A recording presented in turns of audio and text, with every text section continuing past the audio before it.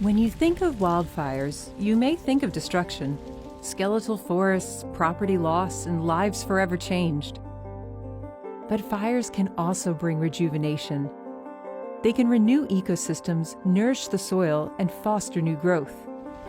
But climate change is causing these fires to burn larger, longer, and more often.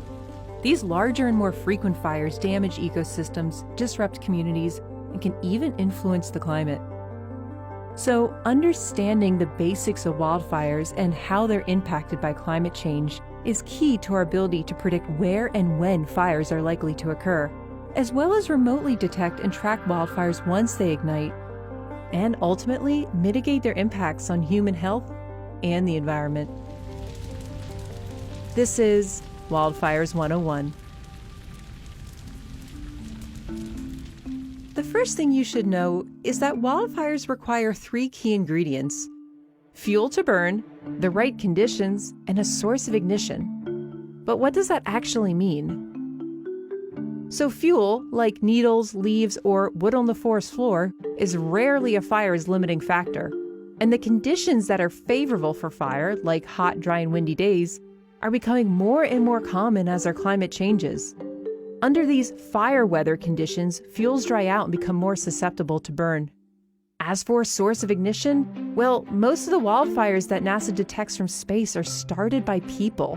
Others, usually in the Arctic and boreal regions, are ignited by lightning strikes. NASA can track these conditions and inform land managers when an area appears prone to wildfire. Every day, NASA is able to detect thousands of new fires from space.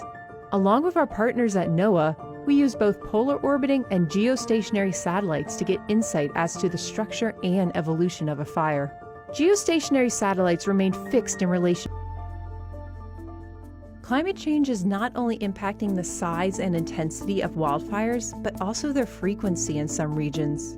NASA has over 22 years of daily fire data to track wildfire trends.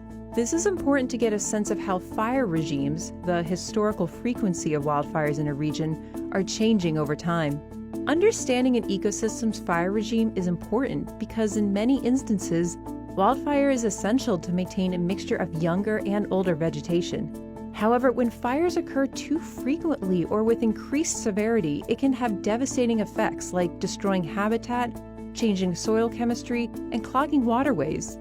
Not to mention releasing greenhouse gases like CO2 and aerosols into the atmosphere.